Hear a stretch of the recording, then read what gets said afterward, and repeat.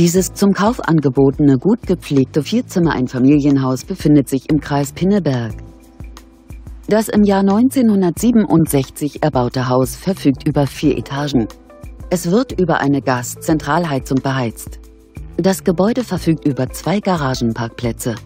Es hat 3 Schlafzimmer, ein Badezimmer, eine Gästetoilette und einen Keller.